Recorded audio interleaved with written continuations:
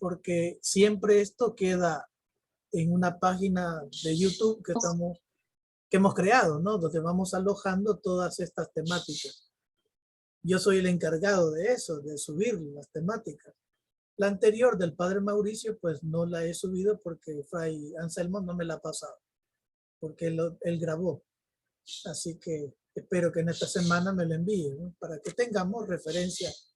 Porque a veces uno no anota tan rápido como iba diciendo, ¿eh? Que la primera regla, que no sé qué, que el capítulo 3, 4, 7 va.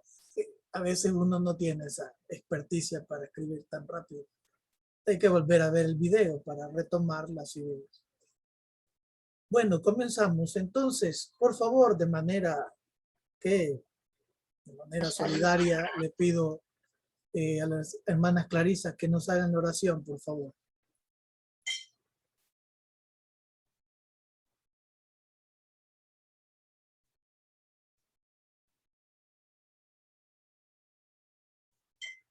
Hola, hola.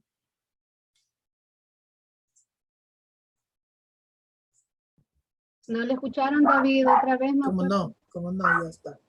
Adelante.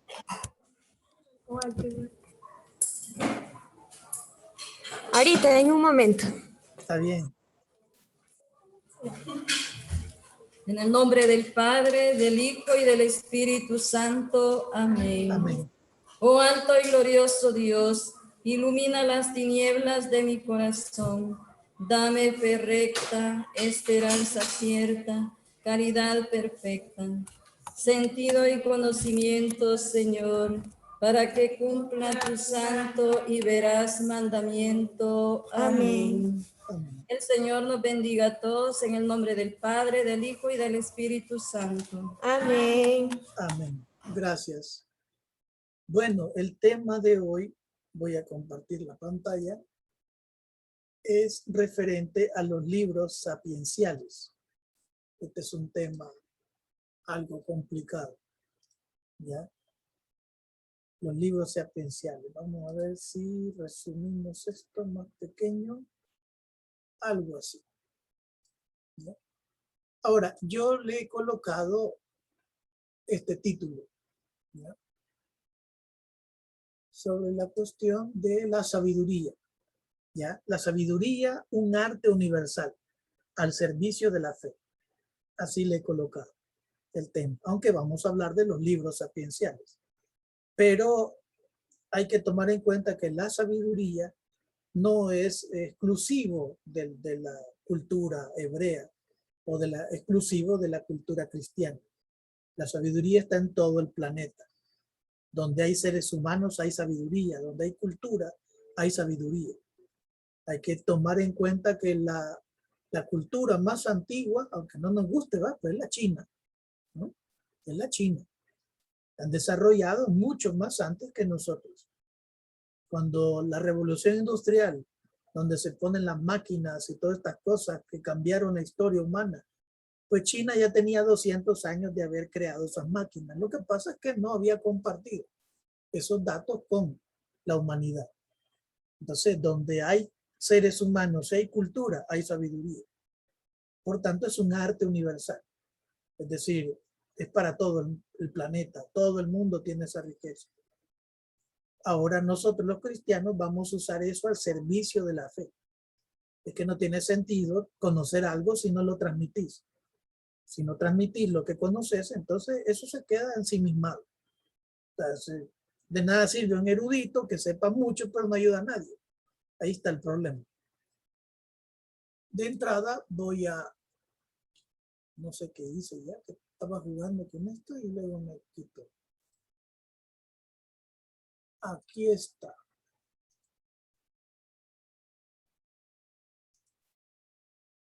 Ahora sí. La sabiduría, yo como primera idea coloco esto. Es el arte del timonel. Timonel es la persona encargada del barco, de guiar el barco, de manejarlo, conducirlo, ¿no? Es decir, bueno, no sé, se navega, ¿no? El concepto propio de un barco, ¿no? Es el que toma, ¿no? Son más modernos los timoneles, pero eso es. Se compara al sabio con el experto timonel que dirige su barco. con destreza.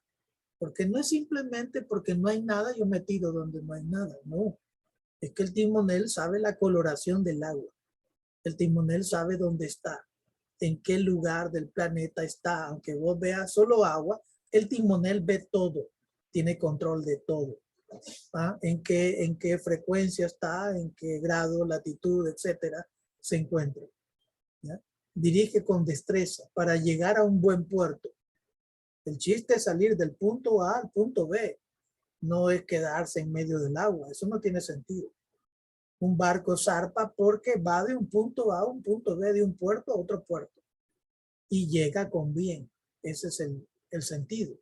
¿Ya? Esa misma simbología usamos con la cuestión de la sabiduría. Vamos a un puerto y vamos bien.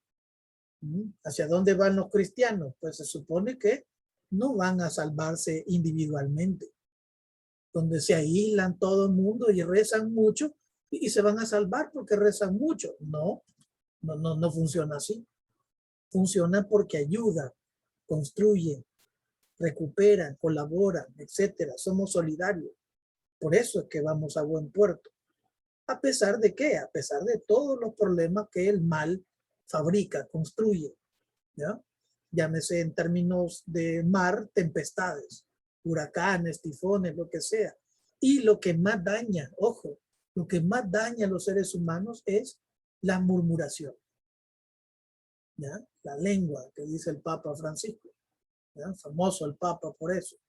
¿Ya? La lengua daña más en la historia humana que cualquier otra cosa. Aquí les coloco que una cita de Proverbios 10:21. ¿Quién tiene Biblia? Que vaya buscando ese texto, por favor, y lo lee. Cuando lo tenga, me dice, ya lo tengo. ¿Ya? Y por favor, le permitimos leer. Ya lo tengo. Yo lo tengo. Adelante. No se peleen, solo uno. A ver. ¿Lo leo yo? Adelante. Dice, los labios del justo alimentan a muchos hombres, mas los insensatos mueren por falta de inteligencia. A ver ¿cómo lo entiende?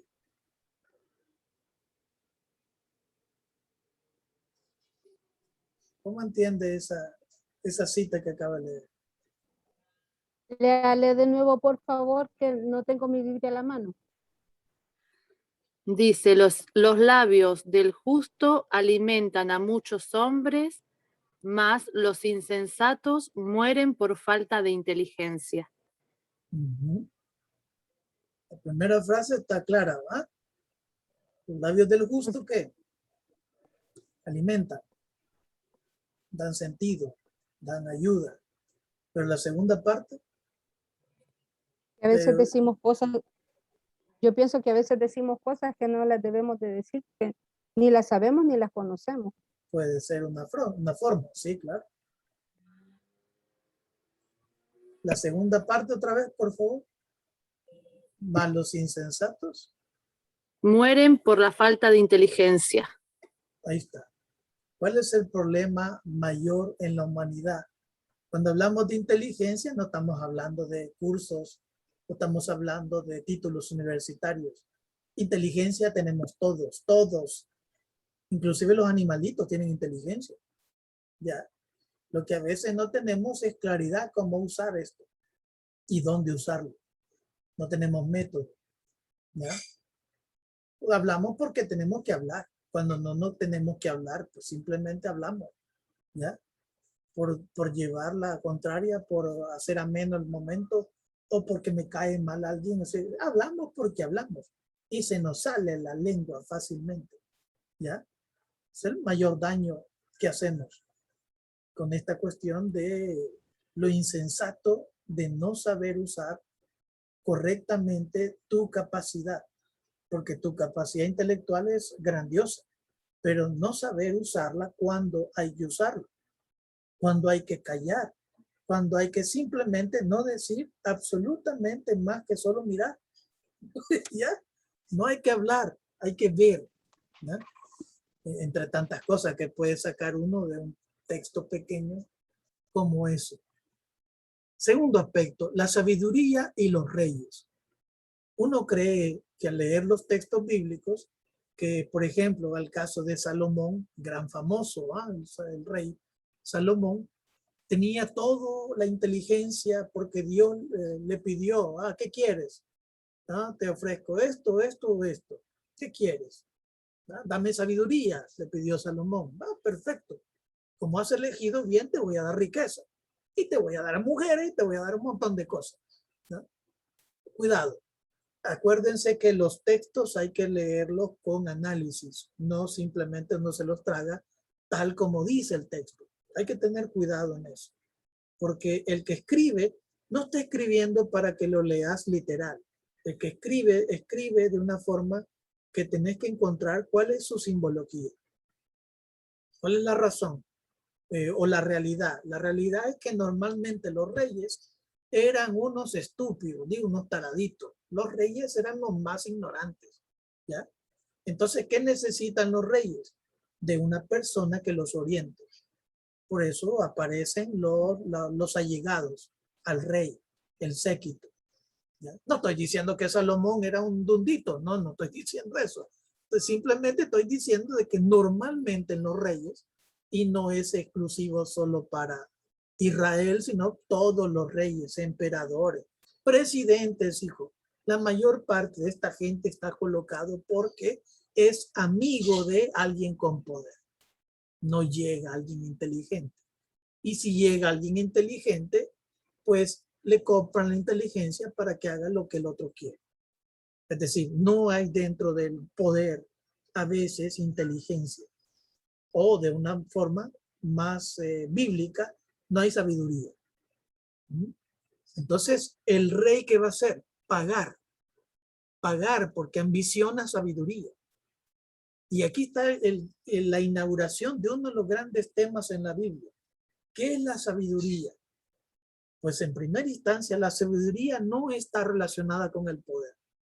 No está con los que tienen el poder. No está la sabiduría ahí. Parece ser que el poder y la riqueza te corrompe la sabiduría. Te hace más tonto.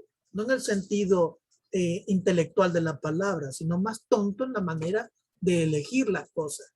Elegir las cosas que no convienen. Porque el poder atrapa, ¿no? El poder atrapa. Lógico.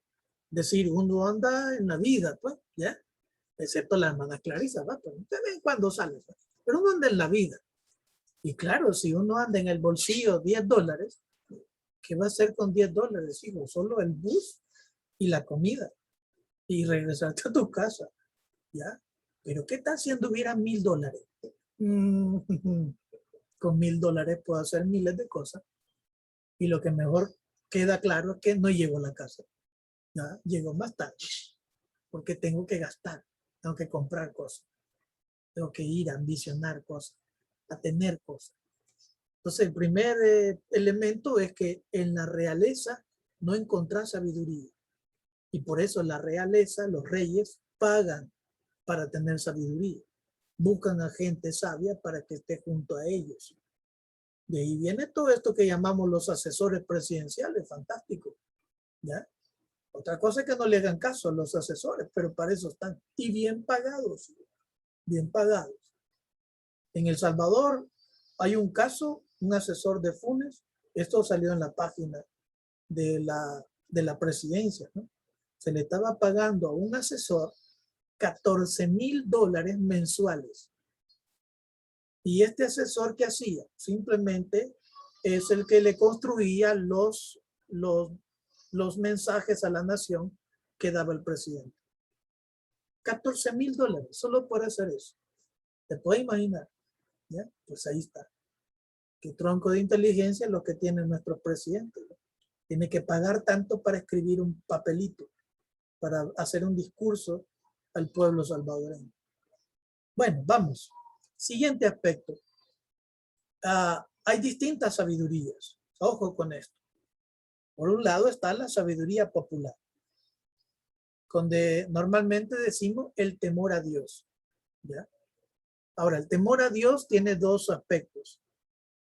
Hago un entre paréntesis. Cuando escuchan la niña esa, no crean que yo estoy vergueándola. No. es el vecino que tiene no sé qué cosa con su hija. Así que lo siento por la llorazón de la pobre niña. Ahí está. Bueno, cierro paréntesis. La sabiduría popular, ¿ya? Primero está el temor a Dios. Y ojo, aquí hay dos aspectos. Uno es el respeto, que es la forma correcta. Cuando decís temor a Dios, yo respeto, porque lo amo, porque lo quiero, ¿no? Así como Jesús habla de su padre, su papito, ¿va? Él no hace lo que el padre quiere porque el padre quiere, no lo hace porque lo quiere. Por eso lo respeta y actúa de una forma distinta, ¿ya? La normalidad cree que temor a Dios es miedo y le metemos miedo a la gente, que Dios aquí te va a castigar, que el diablo va a salir, que no sé qué, ¿va? Hasta que crecemos con esa gran cabeza de Satanás, ¿ya? Creyendo que todo lo que se te viene a la mente es de Satanás. Todo lo que te pasa en el mundo es Satanás. Todos los errores que cometes es Satanás, ¿ya? Miles de cosas le llaman Satanás, porque estás metiendo el problema del miedo con el concepto de temor a Dios. Por tanto, hay que sacudir el problema de miedo. Cuando decís temor a Dios es respeto, es aprecio. Yo aprecio este reino. Yo quiero que este reino siga bien. Entonces mejoro y construyo, ¿ya? Segundo aspecto, la sabiduría frente al pesimismo y el fatalismo. Ese va a ser un gran tema bíblico. Un gran tema bíblico. Es decir, hay personas que siempre están continuamente con pesimismo o con fatalismo, que todas las cosas terminan en desgracia. Entonces la pregunta, si todas las cosas terminan en desgracia, tantas cosas que suceden en la actualidad, catástrofes naturales, ¿no? Guerras, etcétera. Si todo esto termina en desgracia, entonces la pregunta es, ¿dónde está Dios? Y esta no es una pregunta antigua, es una pregunta actual. ¿Dónde está Dios? ¿Ya? A esa niña que la están golpeando, que le están pegando, que la están regañando, y por eso llora y llora. Y entonces la pregunta, ¿dónde está Dios que ilumine a estos padres que deben tratar diferente a esta niña? ¿Dónde está Dios? Esas son preguntas bíblicas, ¿ya? Preguntas bíblicas y son serias. ¿Dónde está Dios cuando muere una niña de 3 años con cáncer? ¿No? ¿Dónde está Dios cuando muere una persona buena y una persona pícara, ¿no? Vive hasta 100 años? ¿Dónde está Dios? Esas son preguntas interesantes. La sabiduría, como tercer aspecto, como frente al absurdo y a la injusticia. Porque es absurdo, ¿ya? Una persona buena y sufre toda la vida. Es absurdo. Por eso está el profeta Oseas. El profeta Oseas se casa con una prostituta. Y tenés que leer el libro del profeta Oseas para que te des cuenta que no estoy hablando locura, ¿ya? Y el profeta Oseas le pregunta a Dios, ¿qué pasa? ¿Por qué? ¿Por qué yo no he sido malo? Yo doy amor, doy todo mi cariño, mi respeto, mi aprecio. ¿Y por qué me pagan así? ¿Por qué, Señor, me pagan así? Bueno, el pobre tiene que sufrir todas esas peripecias, ¿no? de sufrir con el amor. Pero no es un lenguaje literal. Lo que está presentando es que cómo es que el pueblo siempre, a pesar de todo lo que hace Dios por su pueblo, el pueblo paga mal. El pueblo siempre termina en una conducta absurda, ¿no? O los problemas de injusticia social. Te puede hacer la pregunta, bueno, pasó el Vaticano II, pasó Medellín, pasó Puebla. Y los demás, pues con sus puntos más peculiares, ¿no? Santo Domingo, Aparecida, etcétera. Pero todo esto, y bueno, ¿y qué cambia la historia latinoamericana? ¿En qué ha cambiado? De la injusticia social en la cual vivimos. Le hemos cambiado nombre nada más a la injusticia, pero la injusticia sigue siendo la misma, ¿ya? Siguen matando personas porque se organizan para en función de crear justicia, crear bien. Estas son preguntas que no solo están en la Biblia, son preguntas actuales, como fueron preguntas antiguas. Vamos a tratar de meternos a tratar de solucionar esta pregunta. Otro elemento. La sabiduría es un don de Dios. La sabiduría no se adquiere, ¿ya? Si me hinco unas 100 horas y le pido al Señor que no sé qué, me la manda. Sí, yo sé que me la manda, ¿ya? O con el respeto, no sé si voy a ofender con esto, que decimos a veces, vamos a rezarle al Espíritu para que el Espíritu venga. O Espíritu Santo, ven, ven. Y empiezan a cantar, ¿vale? Sí, cuando termina el canto viene. Sí viene, porque viene volando. O sea, viene de la tercera, del tercer, no sé, dimensión, no sé de dónde viene. Pero viene rápido, más rápido que la luz. Seguí cantando, que ya va a venir, ya va a venir, ¿ya? Es decir, uno quiere forzar que las cosas sean así. Que sea inteligente, Señor, dame la inteligencia. Sí, sí, sí. A ver, no es cuestión de pedir. Es cuestión que te lo da. Vos podés pedirlo, pero si no te lo da, no te lo da. No te obligas. ¿Ya? No ha visto en vos un instrumento de inteligencia o de sabiduría para con nosotros. Así que no te obligas. ¿No te obligas? ¿Ya? ¿Por qué vas a recriminar a Dios porque no te lo da? Puedes pedirlo, pero Él te lo da si quiere. Ojo con eso, y a veces uno se siente mal por eso. Si uno cree que Dios es bueno y es sumamente inteligente, ¿no? Y sumamente amoroso, entonces tenés que entender que no te da un don porque no es a tu persona ese don, es para otra persona. Eso tenés que aprenderlo en la vida, ¿ya? No podemos tener todo. Mira, yo podrías decir, qué bonito da el tema el hermano. Mira la voz que tengo, papá. ¿Ah?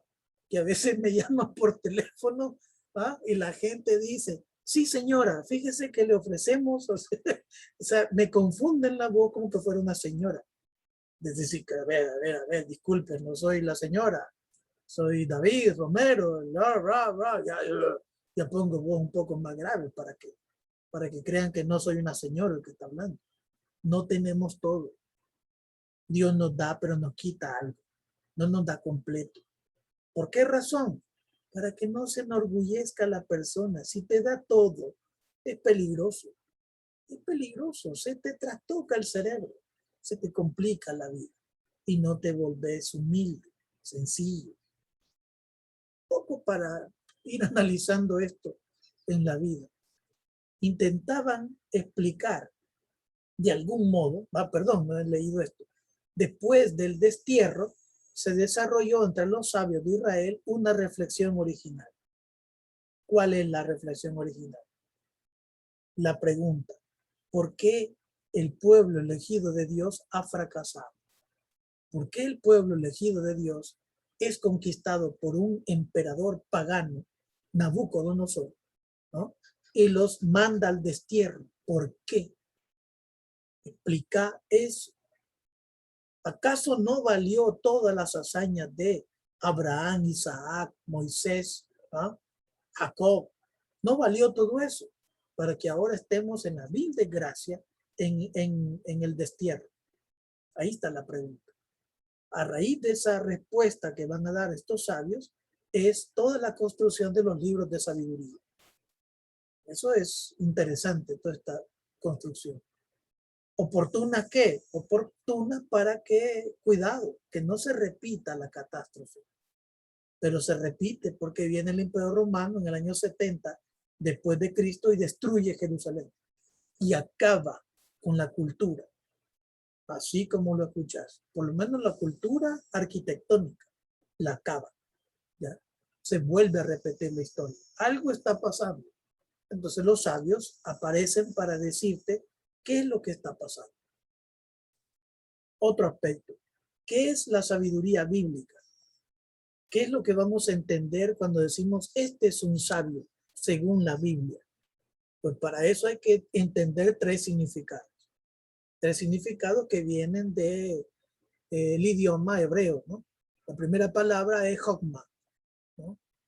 Jokma significa el arte innato o adquirido de guiar la vida hacia la felicidad. no todos encuentran esto. No todos en la vida encuentran esto, que están viviendo felices, plenamente felices. No todos.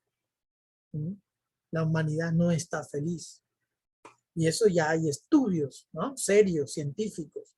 La humanidad no está feliz. Donde hay demasiada riqueza, ¿qué hacen las personas? Suicidarse. Eso es lo mejor que pueden hacer, suicidarse. Hay altos índices de suicidio en Finlandia, Noruega, ¿no? Islandia. Entre más dinero tenés, más ganas de matarte te dan. No sé qué pasa con el ser humano. Es que no está ahí, ¿no? La sabiduría está en construir felicidad. Y bien sabemos nosotros que vivimos a veces en zonas de riesgo, de pobreza, qué sé yo, o hemos pasado ese periodo de la vida de hambruna, ¿va? De no comer, de acostarse sin comer, etcétera, todas estas cosas que hemos pasado. Pero sabemos que había felicidad, ¿ya? Había felicidad detrás de todo eso. Me acuerdo una vez que no había que comer, entonces me subí a un palo y de las hojas del palo la sentí rica, me la volé. Ya está. Y comí. Me sacié. Estaba feliz. Y ahí me acosté en el palo de arriba, mirar las estrellas, qué lujo. En ese momento no miraba el lujo que tenía, pero estaba feliz. Y no me acuerdo de sentirme mal por eso. Feliz. Ese es el primer elemento de la felicidad, que la vida transcurre en felicidad. Entonces estás adquiriendo Jogma, ¿no? Felicidad. Pensamientos felices, acciones felices, sentimientos felices. Ahí está el primero. Segundo significado es Binah. La palabra Binah ahí, capacidad de discernir sobre las cosas sin involucrarse emocionalmente. Esto es otro gran problema humano. No meter la emoción cuando decido sobre una cosa u otra. Ahí está el problema. Cuando decimos emoción, no estamos diciendo sentimientos, no. Emociones, ¿no? ¿Por qué la gente cambia de su pareja? Porque se emociona con otra persona. La ve distinta al otro que tenés en casa, ¿no? O la otra que tenés en casa, según sea cuál caso, ¿ya? La ves distinta, lo ves distinto. Y vos decís en tu mente, este es mejor que lo que tengo. No sé, ¿no? No sé si será cierto o no será cierto, pero lo cierto es que le metes emoción y cambiar las cosas. ¿Qué pasó ahí? No estás discerniendo, es decir, no estás poniendo a analizar las cosas. Te estás dejando llevar por la emoción. Y la emoción es tramposa, porque en psicología se habla que emoción es pasajero. La emoción termina y acaba rápido. ¿Ya? Como podríamos hablar así un poco más fuerte, ¿va? En el acto sexual, qué emoción diría, claro, eso lo dice aquel que nunca ha hecho esas cosas. Eso es lo gran magnífico, es lo grandioso que hay. Sí, pero no dura ni 7 horas, hijo. ¿Ya?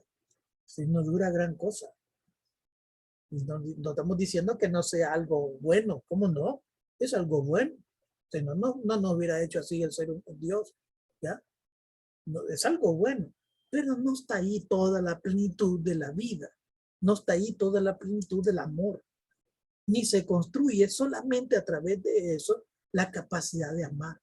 La capacidad de amar es mucho más grande.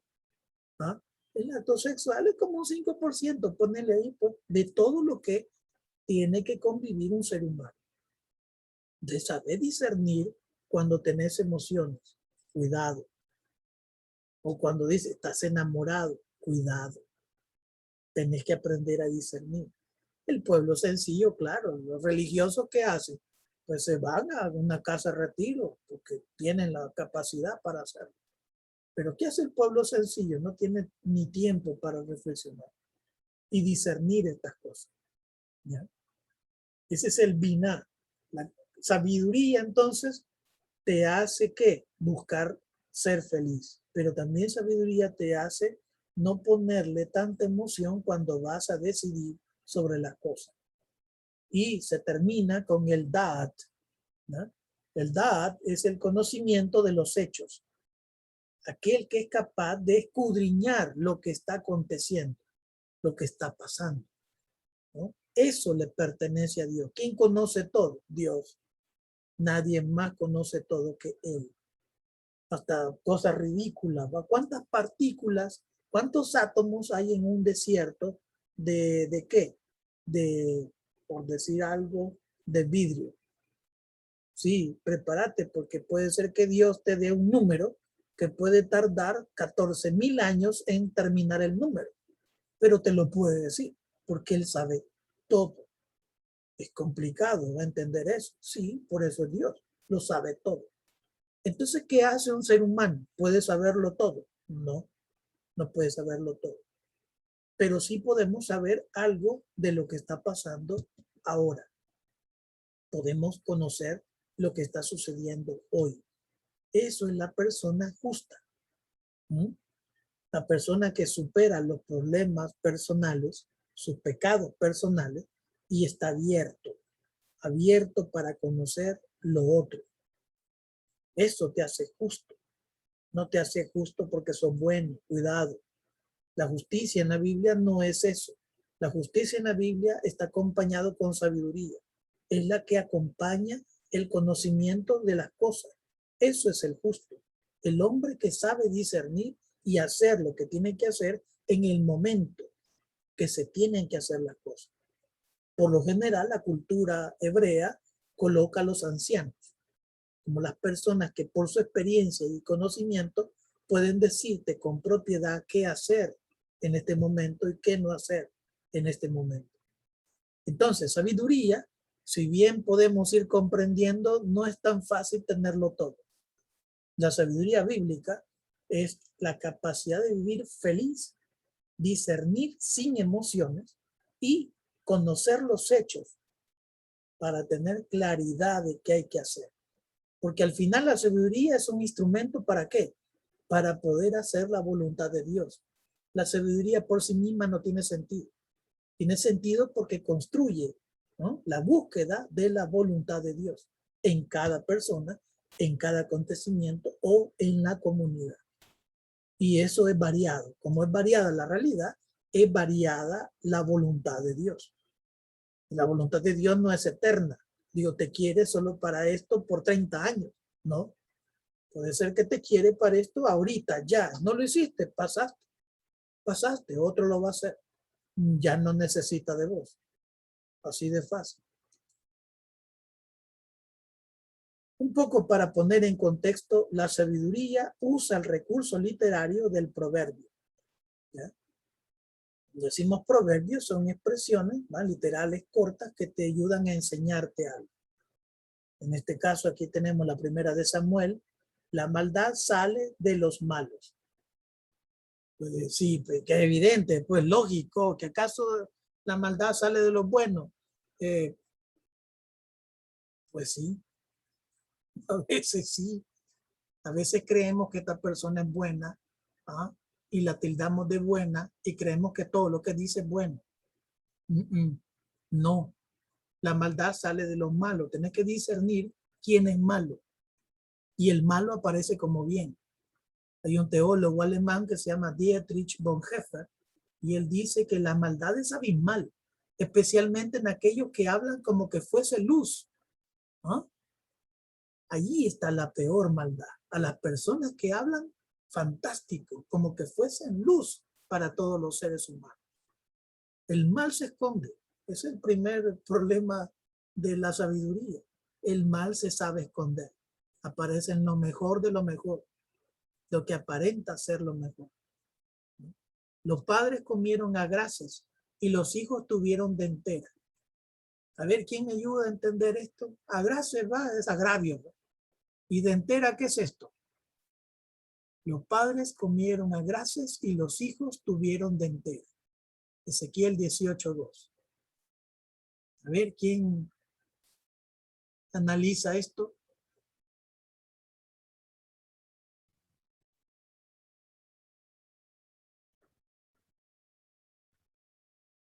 Lo están buscando en Porque los Google. hijos ¿Ah? ¿Sí? yo podría entender lo que los hijos tuvieron que aceptarlo, podría ser, aceptar lo que los padres comieron, Sí, un poco aunque no para sé el significado de entera, de entera. pero me A ver, imagino que por la hermana española por ahí, ¿qué es de entera? Que te da de entera. Acá de entera se dice cuando algo te chirría los dientes, cuando por lo menos comes algo frío que te duelen los dientes, por ejemplo, tenés de entera. O cuando escuchás un ruido muy, no sé cómo decirlo, un chirriar que te duelen los dientes. Correcto, eso es de entera. A ver, Aronet, adelante. Sí, es que cuando uno come ácidos, nosotros acá en El Salvador decimos se me destiempla los dientes, ¿verdad? Entonces acá es eso, los padres comen los agrases y a quienes se les destiemplan los dientes es a los hijos. De los hijos. Entonces, Es ¿qué significa? Que la consecuencia de haber hecho algo o de haber comido algo difícil, haber hecho algo difícil, acá dice que se le transmite a los hijos, a las consecuencias. los hijos la pagan. ¿Verdad? Pero no Los siempre es hijos así. pagan. Según este proverbio, pareciera ser que la consecuencia de la acidez esta, de lo malo, la pagan los hijos, pero no siempre es así. No siempre es así, a veces sí. Así es. Todos hemos de morir. Somos agua derramada en tierra que no se puede recoger. No se puede recoger el agua que tiras en la tierra. La tierra la absorbe. ¿Ya? ¿Y eso qué significa? Es imposible que alguien no muera. Todos vamos a morir. Pero el problema, ¿cuál es? Que no querés ni envejecer, ni siquiera aceptar la muerte. No, ni siquiera querés aceptar la vejez. Y la vejez es seria. No creas que es poca cosa. Si hace poco estaba saltando y corriendo, ¿no? Y pasaron 20, 30 años y ya duele aquí. Y ya comienzan los achaques. ¿Ya? Esto es aceptarlo. Es fácil. No es fácil. ¿Ya? Todos vamos a morir. Todos nos vamos a hacer ancianos. Y lo mejor que podemos hacer es recuperar lo mejor que tengamos y aceptar lo que vamos perdiendo. Vamos perdiendo las cosas. ¿Ya? Me daba risa que, creo que me ven por la pantalla, van a ver lo poco pelo que tengo. Pero preguntarle a la hermana que hizo la oración, que creo que es Sor Margarita, ella me conoció con pelo. Ella sí puede dar testimonio que sí, yo tenía pelo. ¿Ya? Porque tenía como 15 años cuando ella me conoció. ¿Ya? Entonces, ¿qué significa? Pues sí, así es la vida, aceptarla. Aceptarla. ¿Ya? ¿Qué más? Más que del sitio en donde has caído, preocúpate del sitio en que has tropezado. Este ya no es de la Biblia, es un proverbio de Malí, es un sabio, ¿no? De África. Más que del sitio en donde has caído, preocúpate del sitio en que has tropezado. A ver quién me echa la mano. ¿Qué significa esto?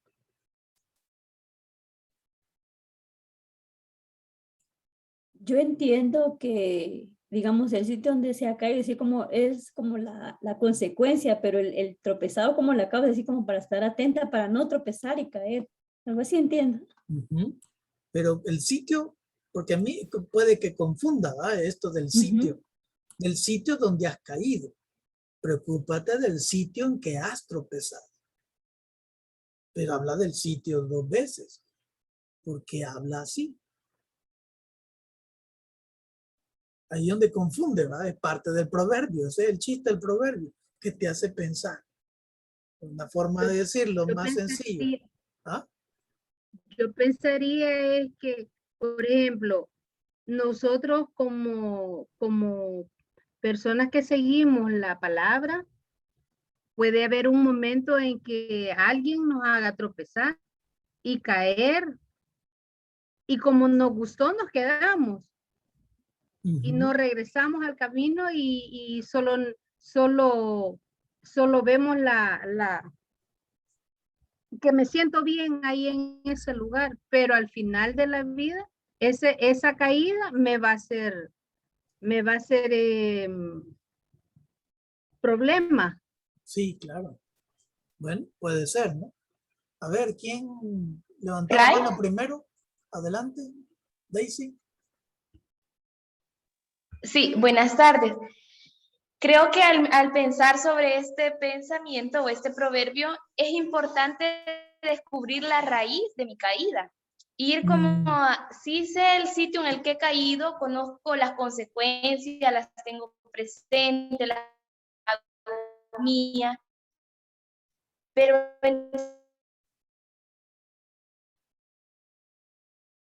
entonces, ¿por qué caí en esto? Que está en lo profundo de mí, que me hace caer.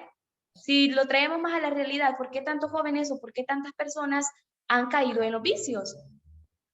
¿Qué ha pasado en sus vidas que los ha llevado a tomar los vicios del alcohol, de las drogas como un refugio? Claro. Viéndolo de esa parte, ¿verdad?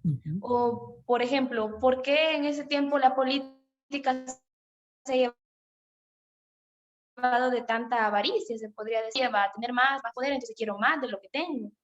Entonces siento que en este proverbio es importante ver la raíz del por qué he caído, de la raíz del qué me hace caer, en el caso también de David, que se menciona mucho en la Biblia también. Bueno, David tenía una herida, David tenía una debilidad, ¿verdad? Hablándole más cristianamente, una debilidad.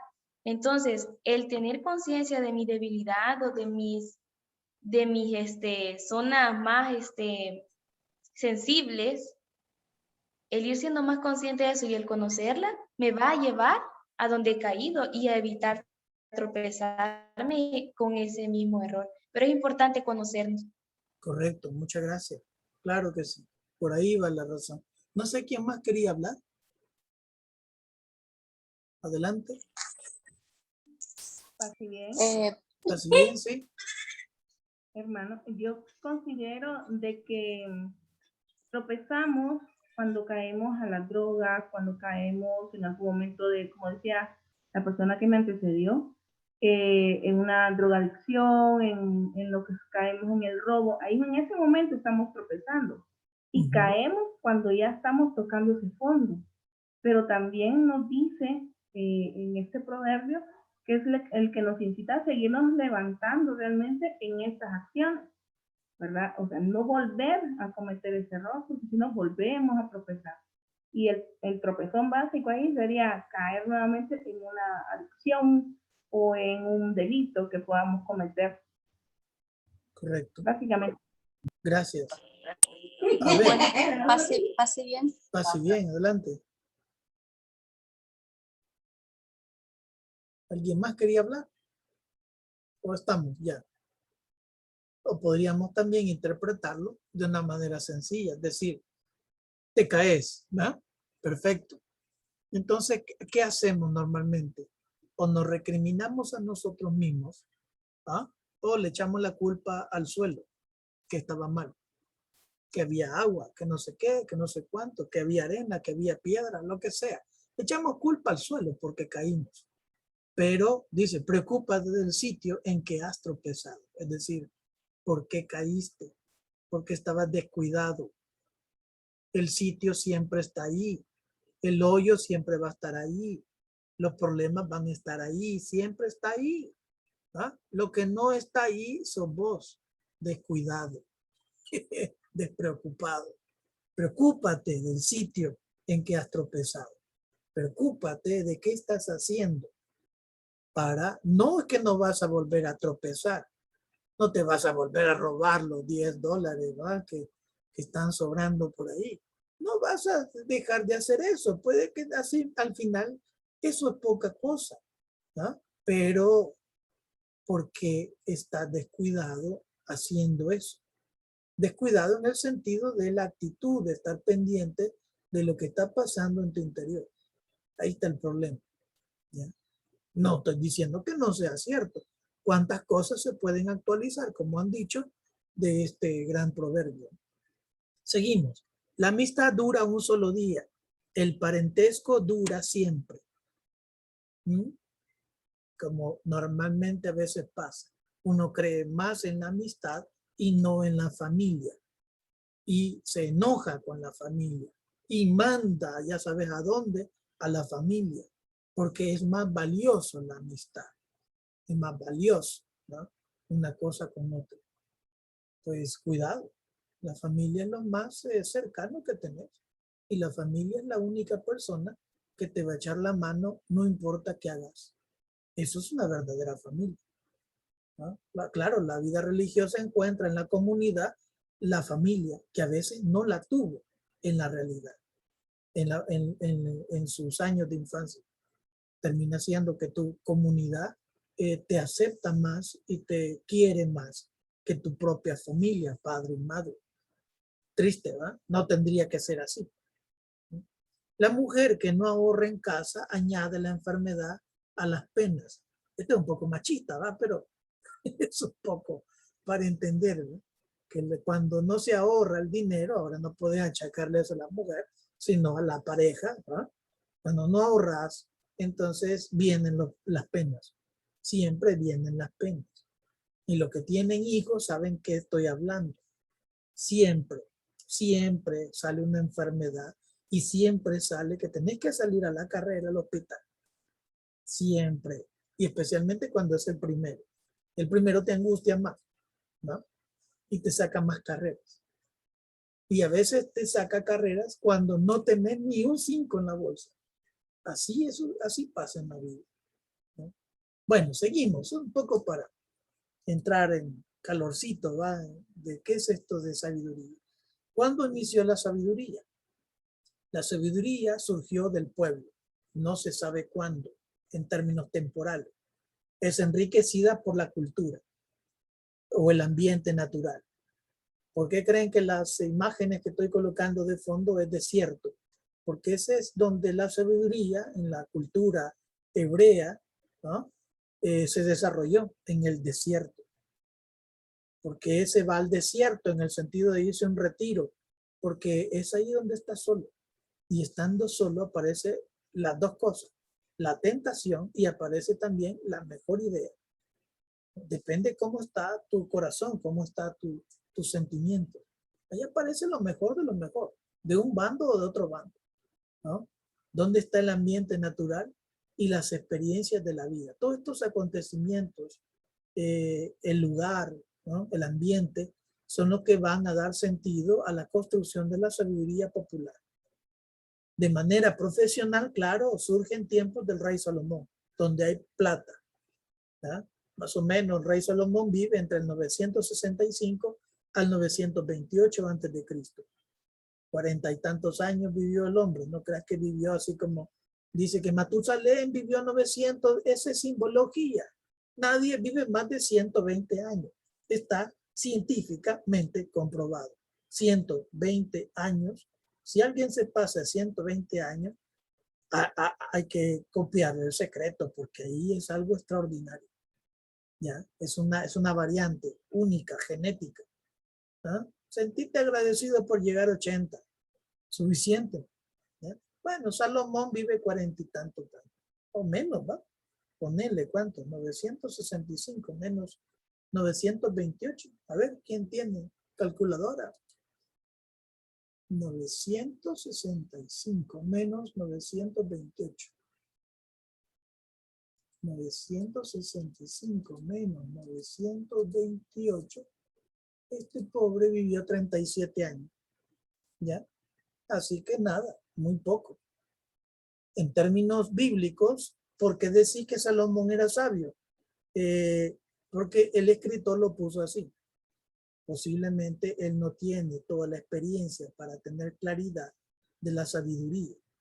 ¿Ya? Logró ciertas cosas, claro, pero no la totalidad. Salomón comienza a construir escuelas profesionales de arte, de ciencia, de política, de administración. Fueron tan famosas estas escuelas que venían de Egipto, Mesopotamia, a educarse en las escuelas que construye Salomón. Cuando digo construir, no estoy pensando edificios, ¿va? sino es la organización. Él construye la organización de ese tipo de conocimiento. Por eso es famoso. Por eso muchos reyes y príncipes, etcétera, vienen a conocerlo a él. ¿Qué está pasando ahí? Esta persona tiene una inteligencia o una administración sagaz. ¿Sí? Eso no lo podemos dudar. Los profetas recriminan la sabiduría real. Los profetas no son aquellos que se van a las escuelas, ¿no? Los profetas son iluminados por Dios. Ese es otro tipo de sabiduría. Acordate de las 3 sabidurías, ¿no? Es la que da Dios, la que te proporciona Él directamente a vos. ¿Por qué? Porque quiere de vos hacer algo, construir algo, ¿no? Y luego el problema ¿cuál es? Que los reyes compran la sabiduría y hay gente que es embaucadora y le trata de mentir al rey creyendo que es sabiduría y no lo es. Los profetas son los que se encargan de discernir qué sabiduría es la que manejan los reyes. ¿Ya? Como decía en el caso del profeta del rey David, ¿no? ¿Sí? El profeta Natán es que se encarga de decirle a David cuál es el problema. Y se lo dice de una manera severa. No es tan fácil. Luego esta sabiduría fue dictada por los escribas y consejeros reales. Los famosos escribas del tiempo de Jesús son los sabios del tiempo. Son los sabios, los que se creen los más sabios. Por eso, claro, miran a Jesús como un poca cosa, como un pordiosero, como un pedazo de porquería, ¿no? Hablando, creyendo que él es más sabio que nosotros. ¿Cómo puede ser posible? Porque claro, estos vienen de escuelas, desde el tiempo de Salomón, ¿ya? Y se creen lo mejor de lo mejor. La palabra de ellos es Dios hablando en esta tierra. Pero claro, en medio de un montón de ignorantes, cualquiera que hable bonito, es como que Dios estuviera hablando. Ese es el problema. Como por ejemplo en nuestro pueblo latinoamericano. Cualquier presidente que viene y habla bonito, le damos el voto. Se lo damos fácil, creyendo que es buena gente. Después mira cómo paga. La historia está escrita de una manera constante, ¿ya? Luego viene la sabiduría propiamente, la que se va a escribir en pergamino. Luego se van a hacer pedazos, construcciones, hasta el tiempo de nosotros que tenemos un libro, ¿no? Un libro de sabiduría. El hagiógrafo sagrado, utilizando la sabiduría popular, construye lo que agrada o desagrada a Dios. Es un trabajo de casi 1000 años, no es tan fácil. Lo que leemos ahora como libros sapienciales es un trabajo de 1000 años de escritura, de pensar, de reflexionar, de analizar qué quiere Dios, qué es lo que le agrada a Dios y qué no le agrada. Y tratan de orientar al pueblo en la conducta, en los temas de la muerte, la justicia, honestidad, serenidad, violencia, paciencia, amor, pasión, ignorancia, rebeldía, templanza, felicidad, bendición. Estos temas son fundamentales en los libros de sabiduría y cada uno responde a estas circunstancias que nos enfrentamos todos los seres humanos. El autor sagrado reconoce que quien más necesita de la sabiduría es el rey. Por eso muchos proverbios son hacia el poder, porque el poder es el que tiene la responsabilidad de los súbditos, es donde hacen mayor injusticia o también se puede hacer mayor justicia al pueblo, es en el poder. Por eso Dios primero recrimina el poder y manda a los profetas hacia los poderosos, a denunciar a los poderosos, ¿no? O sea que no te suene mal cuando tenés un profeta en tu tierra. En el caso salvadoreño fuimos agraciados con Monseñor Romero. Tuviste ese profeta. Y él iba al poder. No iba la pobre gente sencilla que le decía, conviértase, se va a ir al infierno. No, iba al poder. Porque sabemos que en el poder se designa, pues. Se hace el bien o el mal, se hace la vida o la muerte de la mayoría de las personas. La sabiduría en Israel es retomado de la cultura egipcia y mesopotámica. No es original de Israel, ¿no? Es perteneciente a estas dos culturas. Solo por último presento estos dos textos para entrar de lleno a cada libro, así rápidamente. Es un poema de un famoso sabio que en el tiempo de Mesopotamia se llamó Gilgamesh. Y hay un libro, ¿no?, que se llama el Gilgamesh, del cual se extraen un montón de transcripciones que aparecen en la Biblia, como por ejemplo el diluvio o la creación. Es un libro no original de los hebreos. Entonces, pertenece a este libro, Gilgamesh, ¿ya? Quiero en el país dar a conocer al que todo lo ha visto, al que ha conocido los mares, al que sabe todas las cosas, al que ha escudriñado todos los misterios, a Gilgamesh, el sabio universal que ha conocido todas las cosas, ha visto cosas secretas y ha contado lo que estaba oculto, y nos ha transmitido un saber más antiguo que el diluvio. Es una forma de escribir para decir esto es más antiguo que todas las versiones escrituras de los hebreos. El Gilgamesh está 1000 años antes de la cultura hebrea, antes de Moisés y la tierra prometida, antes de Abraham, de todo esto, ¿no? ¿Esto qué está indicando? Está indicando que esta sabiduría está antes que el pueblo de Israel, ¿ya? El otro aspecto es la cultura egipcia. La sabiduría de un visir, es un encargado del rey que se llama Tahotep, ¿no? Tahotep vive en 2330 al 2300 antes de Cristo. Estamos hablando, si esto de más o menos hace 1000 años antes de Cristo estaba Salomón, 2000 años antes de Cristo ni siquiera estaba, ¿cómo se llama los patriarcas, ¿no? Abraham, Isaac, Moisés, no estaban. De todos modos no estaban porque ni siquiera son históricos, pero eso es otro rollo que nos podíamos meter otro día. Pero decir, son construcciones literarias para entender por dónde construye Dios la historia. Pero bueno, es decir, históricamente, esto está mucho más antes que la cultura hebrea. Tahotep escribe esto: si eres un dirigente que has de dar directivas a una gran multitud, busca las diversas formas de hacer el bien, hasta que tus directivas estén exentas de todo mal. Eso es lo que buscamos todo el mundo, ser recto delante de Dios, honesto delante de Dios, hasta quitar todo mal de nuestra conducta. ¡Wow! Eso te hace santo, ¿verdad? Pero en vida los santos no quieren ser santos. Quien hace los santos son los que quedan vivos y hacen no sé qué cosa con los muertos. Pero el santo nunca se va a hacer santo, ni va a decir que es santo mientras vive. El santo siempre va a decir, soy un pecador, soy poca cosa, soy basura, que decía San Francisco de Asís. ¿Ya? La justicia es magnífica, su excelencia perdura, no ha sido alterada desde los tiempos de Osiris. Osiris es la diosa encargada del Nilo, el que da la vida, ¿no? Si crece el Nilo, claro, hay fertilidad, hay tierra, hay cultivo. Si no crece el Nilo es porque Osiris no permite que crezca. Esa es la consecuencia religiosa de los acontecimientos naturales.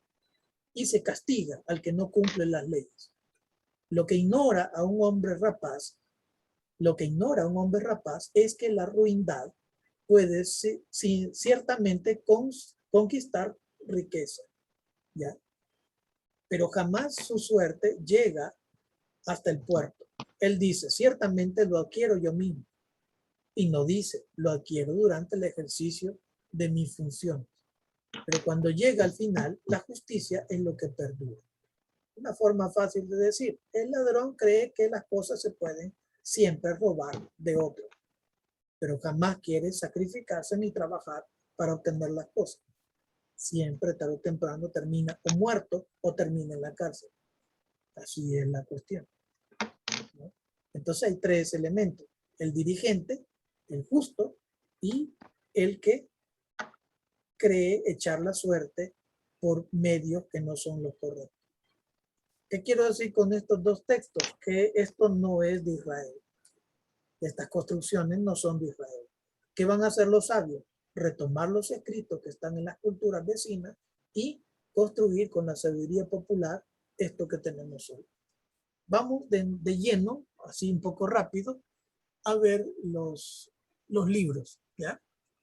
Los libros sapienciales son 7. Job, los Salmos, Proverbios, Eclesiastés, Cantar de los Cantares, Libro de la Sabiduría y el Eclesiástico. Primer libro, Job, escrito en el período de la cautividad del pueblo de Israel, más o menos entre el 586 al 538 a.C. En ese tiempo, Nabucodonosor conquista Israel y destierra al pueblo.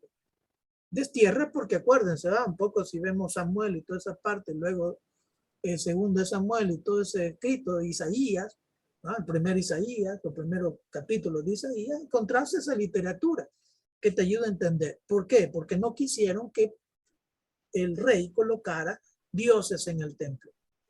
Como no quisieron, entonces los deportó y fueron a la cautividad. ¿Ya? Ahora, plantea justamente esta cuestión, el estar en el destierro, el sufrimiento del justo, el pueblo de Dios, frente a las dificultades de la vida.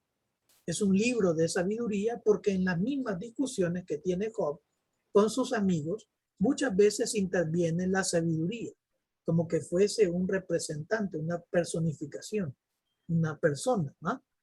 La sabiduría. ¿Cuál es el problema en el libro de Job? Hay que entender, ¿no?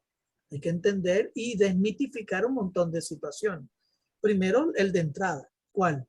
Que vos crees que Satanás y Dios toman el té juntos, ¿no? Porque así aparece el libro, ¿no? Dios está contento en su cielo y luego de repente pasa Satanás y le dice, hey, ¿qué onda? ¿Cómo estamos? ¿Qué andas haciendo? Aquí fregando, vagabundeando, paseando. Digo, ¿qué tal? Y dice Dios, va un poco orgulloso, ¿va? Ya viste a mi siervo Job. ¿Ah? Tronco de tipo, ¿va? Clase. Eso yo lo hice. ¿Ya? Ah, sí, le dice Satanás, ¿cómo no? Tócalo, ¿va? Ponerle una prueba, a ver qué tal te reacciona. Ah, hagamos una apuesta. ¿Cuánto apostas? 100, no, 1000. ¿Va? ¿Cuánto apostamos? Ah, déjame tocarlo. Ah, pues está bueno. Va. Echamos la apuesta. ¿Eh? Pero le dice Dios, no le quites la vida. Es lo único que le pido. No le quites la vida. Haz lo que querrás, pero no le quites la vida. Satanás se hace de todas las linduras, sigo con el pobre Job. Le mata a sus vacas, terrenos, tierra, a su esposa, a sus hijos, todo. ¿Ya? Y luego agarra con la carne, lo llena de úlcera, toda la carne de él, por todos lados. Y luego vienen los famosos amigos que vienen a recriminarlo. Ajá, ¿no era vos el justo? ¿No era vos el bueno? Mira cómo te paga Dios. Mira cómo sucede esto. Mira qué desgracia. Son las mismas preguntas que hacemos en la actualidad. ¿Cómo es que yo siendo bueno estoy en la vil desgracia? En la vil mera fregada, hijo. No consigo trabajo. ¿Cómo es posible? Y este hijo de su madre pícaro, que hasta vende droga, hijo. Mira, tiene 3 carros. Mira, acaba de venir de Estados Unidos. Mira qué pasa esto, pasa lo otro. Es la misma preocupación y las mismas preguntas que hacemos hoy. ¿Cuál es la respuesta? Y la respuesta es complicada. Porque la respuesta viene un poco con misterio. Todo eso no viene de Dios. Todo eso que decís que es riqueza, es prosperidad, es esto y lo otro, y mira cuánta derroche. Y mira, eso no es de Dios. Eso es del otro. ¿Ya? Y tenés que entender que el otro también existe. No creas que es una broma. Es una cuestión de escritura literaria. No. Tenés que entender eso. Con propiedad te lo estoy diciendo. Tenés que entender eso. El otro existe. Lo llamás, viene. ¿No? Le pediste, te da. Con el cumplimiento de que no tenés que ya estar en sintonía con Dios. Eso sí estamos claros. ¿ya? Entonces te va a dar a manos llenas y cuidado, todo eso no viene de Dios, ¿no? No proviene de Dios. Todas estas cosas, ahí está la palabra clave en el libro de Job, inmerecido. No te lo has ganado. Lo que no te lo has ganado no te pertenece. Tenés que ganártelo. Tenés que trabajar para tener un carro y trabajar de galán. Trabajar y pagar una casa. Esto te pertenece porque es tuyo, te lo mereces, es tu sacrificio. Si haces un negocio y te va bien, es porque lo administras bien, no robas, ayudas a otro, etcétera. Te va bien. Pero si te va extraordinariamente bien, tened cuidado, porque eso ya no proviene de Dios. Eso ya lo extraordinario, lo vulgar, va, lo a mano llena. Eso no es exactamente de Dios. Es un problema del libro de Job, sino de los hombres injustos o de las variantes que hay en la vida. Eso es un tema para... Ya, el libro de Job es para entretenerte. Es una obra literaria, ¿sí? Pero al mismo tiempo es una gran enseñanza. Pero esto no se lee rápido. El libro de Job debes leerlo con calma, con tranquilidad. Posiblemente el libro de Job te puede llevar unos 3-4 meses de tu vida. Que cada vez que te haces una pregunta, detenete y reflexionar. Fantástico. Pero bueno, se nos acaba el tiempo y solo vamos a quedarnos con el libro de Job. Vamos, los libros de los salmos, o el libro de los salmos. Sabemos, ¿no?, que tiene 150 salmos escritos durante 1000 años, desde David hasta los macabeos. Siempre tienen un contenido religioso, cultural, es decir, así es, está en la liturgia, es parte de la liturgia, expresión de la sabiduría, pero con una forma literaria poética. Hay salmos de todo tipo, para todos los gustos, para todos los temas, de alegría, de felicidad, de preocupación, de consejo, etcétera, de protección, de motivación al pecador para que se convierta, ¿no?, etcétera. Normalmente los religiosos suelen rezar 5 veces. Yo creo que solo las hermanas clarisas hacen esto, los demás no creo, ¿no?